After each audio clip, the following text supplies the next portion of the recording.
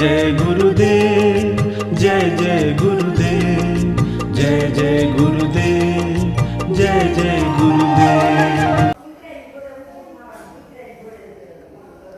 श्रीमद् करुणा सागर महाराज की जय। श्री कैवल धाम की जय। श्री अविचलदास जी महाराज की जय।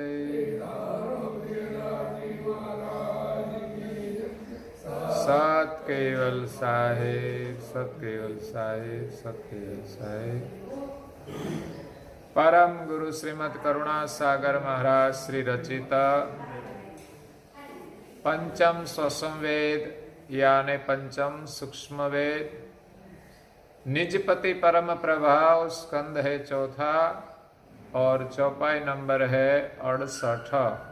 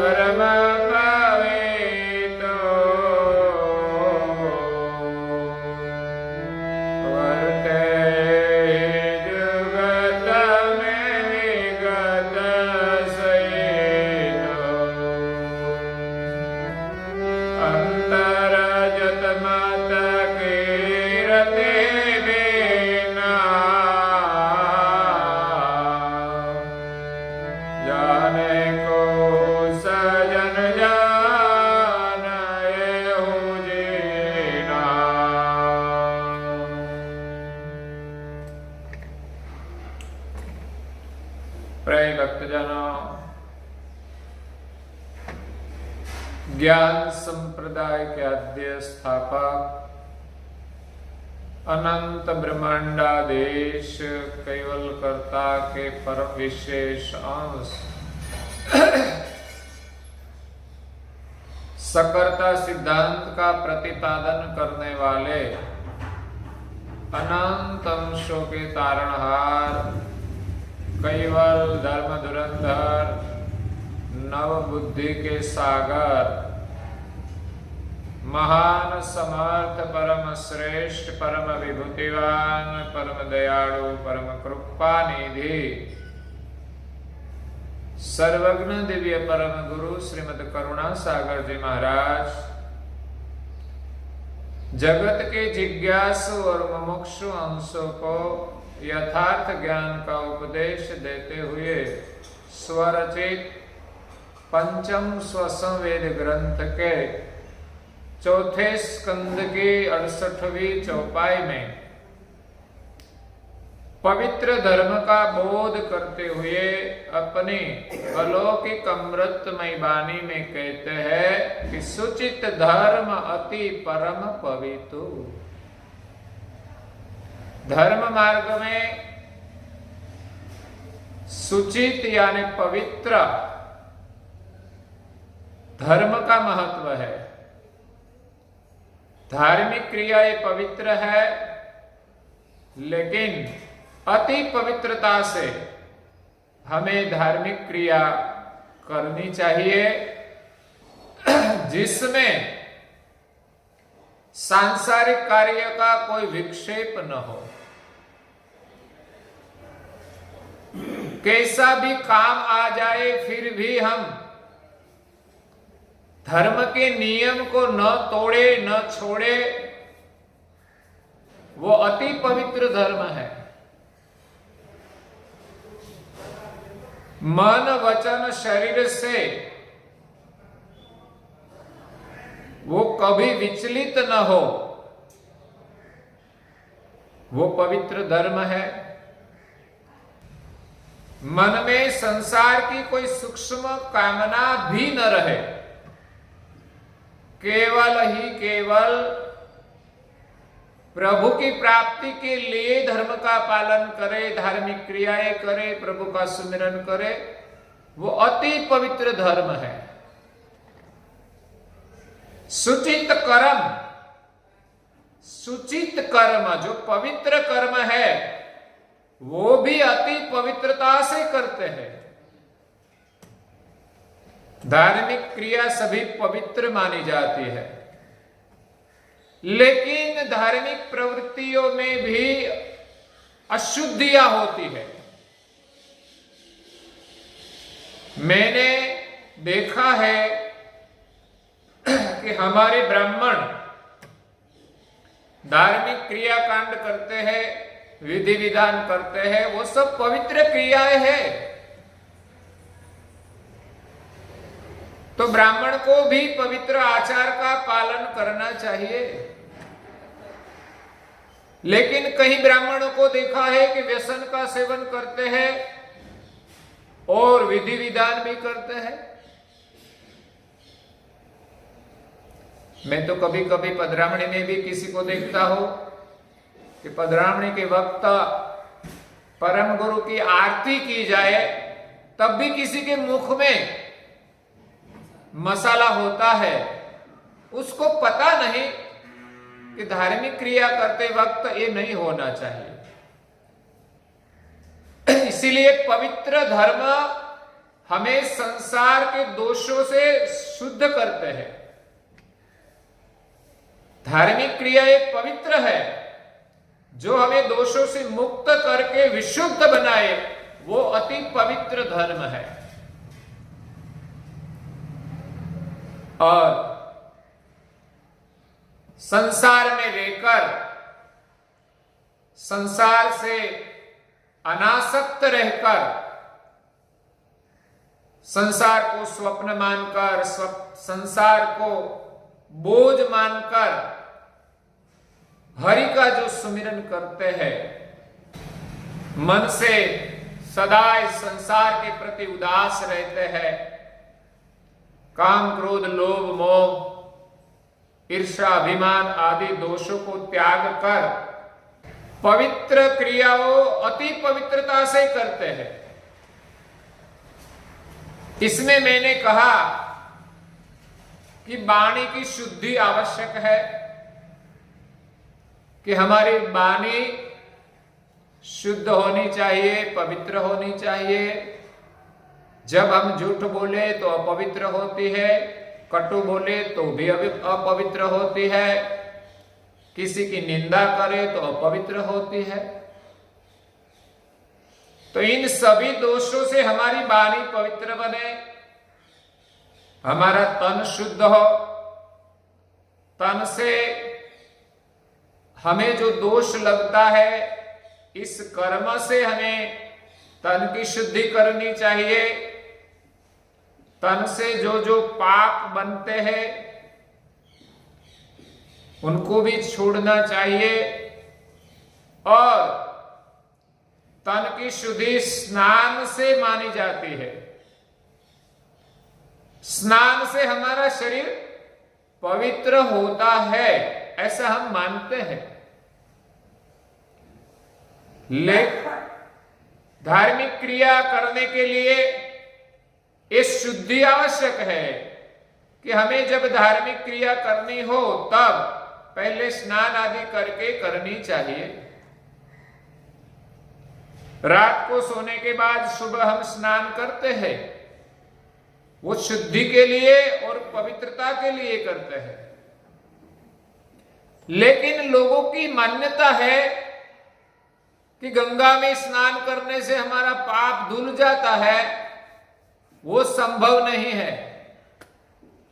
तन शुद्धि से मन का मंजन नहीं होता। गंगा में स्नान करने से शरीर के पाप धुलते हैं, मतलब शरीर की अशुद्धियां दूर होती है।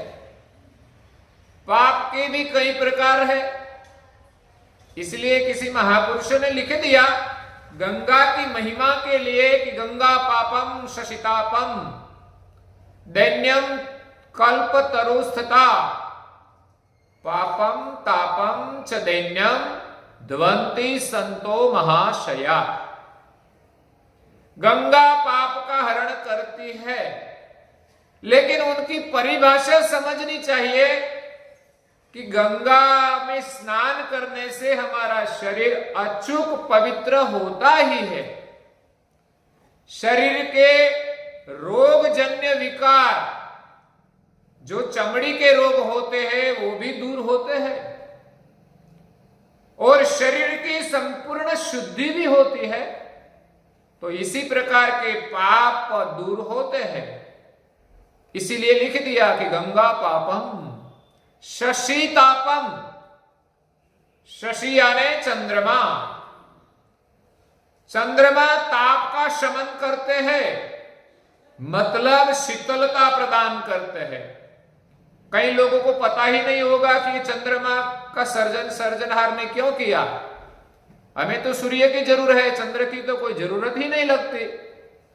लेकिन चंद्रमा रात को भी उनका काम करता है, शीतलता प्रदान करता है, इसलिए तो हम शांति से काम करते हैं। नहीं तो सूर्य का ताप भी सहन नहीं कर पाते। इसलिए चंद्रमा शीतलता प्रदान करते हैं। इसलिए तो एक चौपाई में कहा कि गुरु मूरत मुख चंद्रमा, सेवक नयन चकोर, अष्ट पहोर निरखत रहे, सोही गुरु मूरत की ओर। गुरु की मूर्ति है वो चंद्रमा के समान है, जो हमें शीतलता प्रदान करती है। दिव्य परम गुरु जी का हम दर्शन करें तो शीतलता मिलती है, उनका वचन श्रवण करें तो शीतलता मिलती है, उनकी सेवा पूजा करें तो हमें शीतलता मिलती है, उनकी प्रार्थना करें तो हमें शीतलता मिलती है। वो तो करुणा के सागर है। उनके निकट में, उनके सानिध्य में हम बैठे कि रहे तो हमें शीतलता मिलती है। जैसे एयर कंडीशन चलता हो तो हमें शीतलता मिलती है, वैसे ही परम गुरु से निरंतर ही शीतलता निकलती है। तो उनके निकट में हम आएंगे तो अवश्य हमें शीतलता, शांति, समाधि प्राप्त होगी।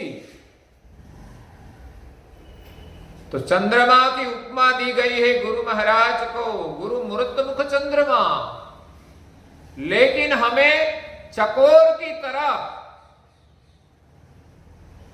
गुरु महाराज की ओर देखना चाहिए, दर्शन करना चाहिए, उनके साथ एकता करनी चाहिए, तो हमें शीतलता मिलती है। गुरु महाराज के दर्शन में हमारी एकाग्रता होनी चाहिए, श्रवण सुनने में भी एकाग्रता होनी चाहिए, सेवा में भी एकाग्रता होनी चाहिए और निरंतर गुरु महाराज का सुमिरन होना चाहिए, तो हमें निरंतर शीतलता मिलती है। सेवक नैन चकोर अष्ट पहोर निरखत रहे, सोही गुरु मूरत की ओर। तो गंगा पापम शशितापम दैन्यम कल्पतरोस्तता। कल्पतरो दरिद्रता को दूर करते हैं, दीनता को दूर करते हैं, गरीबी को दूर करते हैं। क्योंकि कल्प वृक्ष का गुण है कि कल्प वृक्ष की छाया में जो कोई आए, छाया कल्प वृक्ष में जे नर आवे, मनवांचित फल ते पावे। छाया कल्प वृक्ष में जे नर आवे, इच्छा मन वंचित ते फल पावे। पारस परस रहे लोह जाति, कहे कौन पारस नाम विजाति। दोही काम दुर्गा मुख नव भागी, लजे नाम काम करे पद पागी। चिंता मणि ग्रही इच्छा फल आपे रहे, न दारिद्र दुख सर्व कापे। एथी अधिक परम गुरु आपे, मळा जेने तेने न दुख यदापे। परम गुरु जिसको मिले उनको कोई दुख सता नहीं सकता। एथी अधिक परम गुरु आपे, मल्या जेने तेने न दुख अदापे। संसार में दुख तो है ही, लेकिन दुख का होना और दुख से दुखी होना दो बात अलग है। दुख तो सभी के जीवन में आते हैं, लेकिन संसार के ज्यादा लोग दुख से दुखी हो जाते हैं। वही दुख महापुरुषों के जीवन में भी आते हैं, लेकिन वो दुख से दुखी नहीं हुए, उतना ही फर्क है। तो यहां बात की छाया कल्प वृक्ष में जेनर आवे, इच्छा मनवांचित फलते पावे, ऐसी उपमा पारस को दी है। पारस जिनको मिल जाए उनके जीवन में दरिद्रता नहीं रहती। लेकिन यह कहने का आशय है कि हमारे लिए परम गुरु ही पारस है। सिर्फ पारस नहीं, पारस से भी अधिक है। एथी अधिक परम गुरु आपे। पारस परस रहे लो जाति, कहे कौन पारस नाम विजाति। अगर पारस का संग हो और लोहा कंचन न बने तो समझना कि वो पारस नहीं है। अगर वो पारस है तो उनका स्पर्श नहीं हुआ है, बीच में कोई आवरण है। पारस स्पर्श रहे लो जाति, कहे कौन पारस नाम विजाति। बाद में आते हैं दोही का काम दुर्गा, भूख नव भागी। काम दुर्गा मिले और भूख हमारी शांत न हो, लजे नाम काम करे पद पागी। तो काम दुर्गा का नाम लज्जित होता है। इसलिए गुरु के शरण में जाए और उनका ताप का शमन न हो, ऐसा हो ही नहीं सकता। नहीं तो वो सिर्फ नाम के गुरु है, वास्तविक गुरु नहीं है। वास्तविक जो गुरु है उनके शरण में जाने से हमारा अज्ञान दूर होता है, हमारे जीवन में प्रकाश आता है। वही गुरु है, अंधकार को मिटाने वाला और प्रकाश करने वाला, उनका ही नाम गुरु है। गुरु मिलते हुए भी जो हमारा अंधकार न मिटे तो वो गुरुपद नहीं है। इसलिए काम दुर्गा की महिमा है, जिनको मिल जाए उनकी सभी कामनाएं पूर्ण हो जाती है। दो ही काम दुर्गा, भूख नव भागी, लजे नाम काम करे पद पागी। चिंतामणि ग्रहे इच्छा फलया, रहे न दारिद्र दुख सर्व कापे। जिनको चिंतामणि मिल जाए उनके जीवन में भी कोई दरिद्रता नहीं रहती। काम दुर्गा मिल जाए उनके जीवन में भी कोई दरिद्रता नहीं रहती। और कल्प वृक्ष की छाया में जो कोई आ जाए उनके जीवन में भी दरिद्रता नहीं रहती। और जिनको पारस मिल जाए उनको भी दरिद्रता नहीं रहती। लेकिन इन सभी चीज मिल जाए तो भी हमें मोक्ष नहीं मिलता। इसीलिए इन सभी से काम दुर्गा, चिंतामणि, पारसमणि और कल्प वृक्ष, इन सभी से अधिक परम गुरु है। जिनके शरण में जाते दरिद्रता तो दूर होती ही है, लेकिन परम मोक्ष की प्राप्ति हो जाती है। तो हमेशा के लिए हमारी दरिद्रता मिट जाती है। नहीं तो क्या होता है कि कामधेनु मिल जाए, लेकिन कामना करने की तो समझ होनी चाहिए। संसार की कामना करते करते तो संसार में फंस जाते हैं। चिंतामणि मिल जाए लेकिन चितवन करना तो आना चाहिए। कल्प वृक्ष के नीचे बैठ जाए लेकिन कल्पना करनी तो आनी चाहिए। कल्प वृक्ष, चिंतामणि मिलने के बाद भी वो दुखी ही रहेगा। इसलिए परम गुरु मिले तो सभी प्रकार की दरिद्रता हमेशा के लिए मिट जाती है। तो मैं बात करता था गंगा पापम शशितापम दैन्यम कल्पतरुस्तथा पापम तापम च दैन्यम। पाप ताप और दरिद्रता तीनों द्वंती संतो महाशया।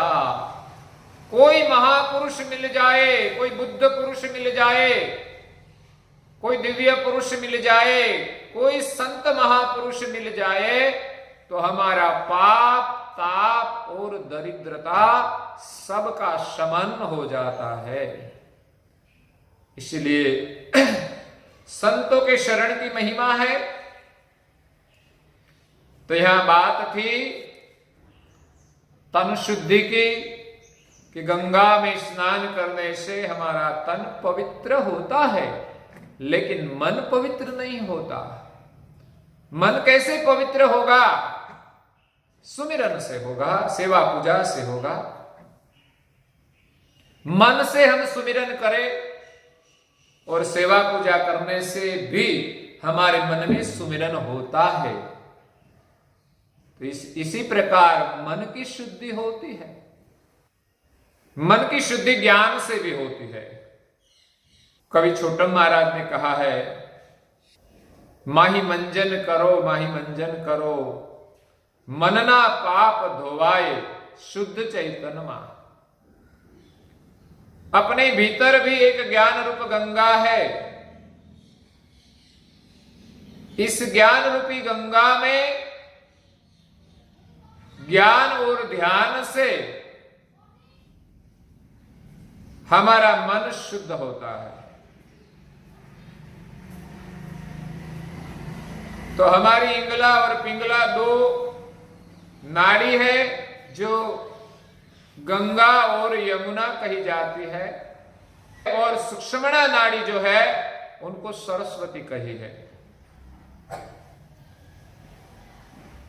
तो गंगा यमुना के बीच दोनों का जो संगम होता है उनको त्रिवेणी कहते हैं।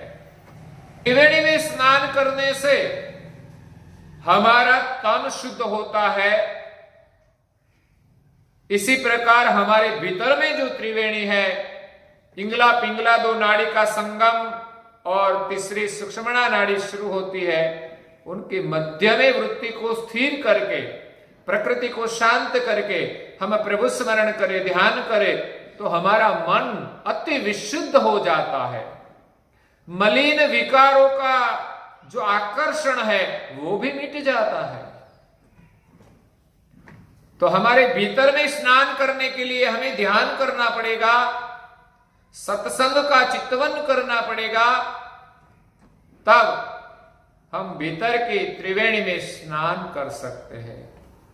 तो इसी प्रकार मन की शुद्धि होती है, तन की शुद्धि होती है, वाणी की शुद्धि होती है, और आगे शुद्धि होती है धन की शुद्धि।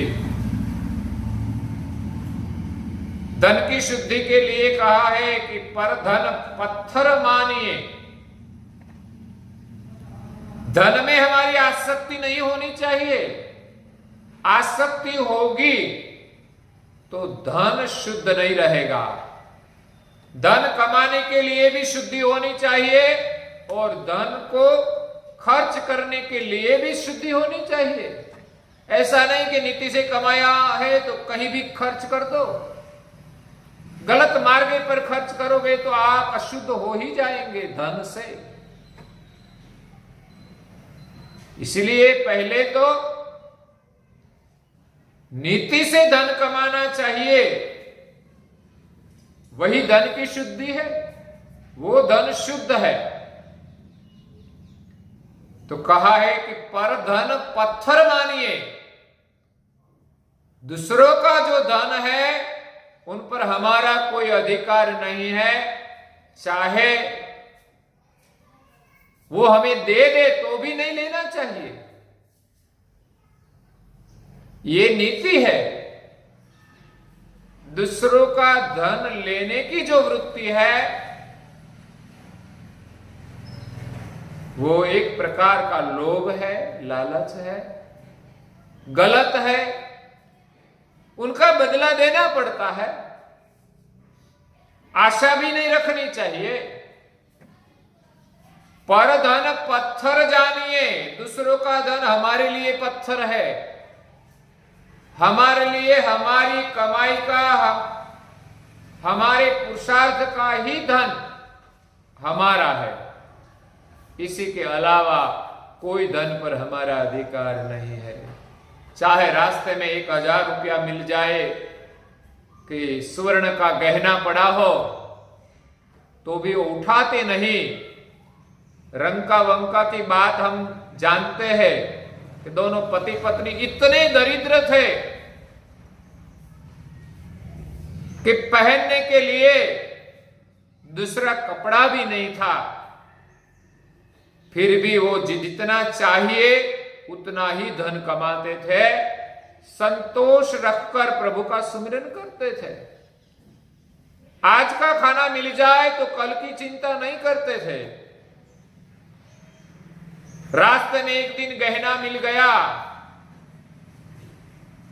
पति पत्नी दोनों जाते थे, आगे पति थे पीछे पत्नी थे। लेकिन आज समय बदल गया है,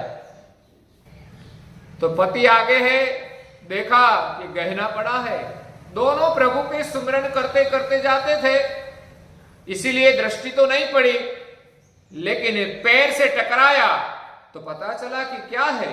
देखा तो गहने थे। पति को लगा कि ये गहने हैं। महिलाओं का मन ज्यादातर सुवर्ण में रहता है, उनको देखकर वो धन की चाहना करे या तो गहना ले ले तो हमारा पवित्र धर्म खंडित होता है। इसीलिए पति ने युक्ति की कि इन पर पैर से मिट्टी चढ़ा दी, तो पत्नी तो पीछे ही आती थी। पत्नी ने देखा अपनी दृष्टि से कि यहां ये धूल क्यों चढ़ाते हैं। पत्नी ने पूछा कि आप ऐसा क्यों कर रहे हैं, तो सच तो बोलना ही पड़ा। आजकल तो कभी कभी लोग बातों बातों में झूठ बोलते हैं। तो पति ने सच कह दिया कि यहां एक गहना पड़ा है, मैंने सोचा कि महिला का मन शायद गहना देखकर लालच में आ जाए और उठा ले तो हमारा पवित्र धर्म खंडित तो होगा, इसीलिए मैंने इस गहने पर मिट्टी चढ़ा दी, क्या तेरी नजर में ही ना आए तो लालच का प्रश्न नहीं होगा। लेकिन दोनों तो इतने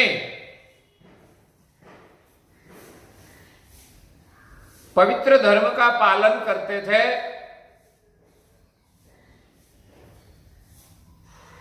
धन के लिए उनकी वृत्ति इतनी संयमित थी कि हर दिन जितना चाहिए उतना ही जंगल में जाकर लकड़े काटकर बेचते थे, ज्यादा लेते नहीं थे। तो पत्नी ने कहा कि आप ये मिट्टी पर मिट्टी क्यों डालते हो, आखिर सुवर्ण मिट्टी तो है, मिट्टी से ज्यादा कुछ नहीं है। पति ने तो देखा कि गहना है, सुवर्ण देखा, लेकिन पत्नी ने देखा कि ये सुवर्ण नहीं है, ये तो मिट्टी ही है। पर धन पत्थर जानिए, दूसरों का धन हमारे लिए पत्थर समान है। इसलिए कभी भी किसी के धन की आशा नहीं रखनी चाहिए। पर धन पत्थर जानिए, पर स्त्री मात समान, ये पवित्र धर्म है। संसार में सभी स्त्रियां उम्र में बड़ी हो वो मात समान है, उम्र में समकक्ष हो वो बहन समान है, और उम्र में छोटी हो वो लड़की के समान है। ऐसा पवित्र धर्म होता है। इतना किए हरि न मिले, बस ये दो काम कर दे कि पर धन को पत्थर समझे और सभी स्त्री को मात समान समझे, जीवन में कोई आवरण रहेगा नहीं। आपका मन प्रभु में लग जाएगा। इतना किए जो हरि न मिले तो तुलसीदास जमान, मैं आपकी जमानत करूंगा प्रभु पाने के लिए। तुलसीदास हमें विश्वास दिलाते हैं कि पर धन को पत्थर समझो और पर स्त्री को मात मानो। ऐसी दृष्टि मिल जाए तो संसार में ज्यादा और कोई आकर्षण है नहीं। इसलिए तो परम गुरु ने आचार संहिता दी है। लेकिन धन के लिए और भी थोड़ा वर्णन है, वो हम कल सुनेंगे। आज के प्रवचन को यहां विराम देते हैं। श्रीमद् करुणा सागर महाराज की जय। श्री कैवल धाम की जय। श्री अविचल दास जी महाराज की जय।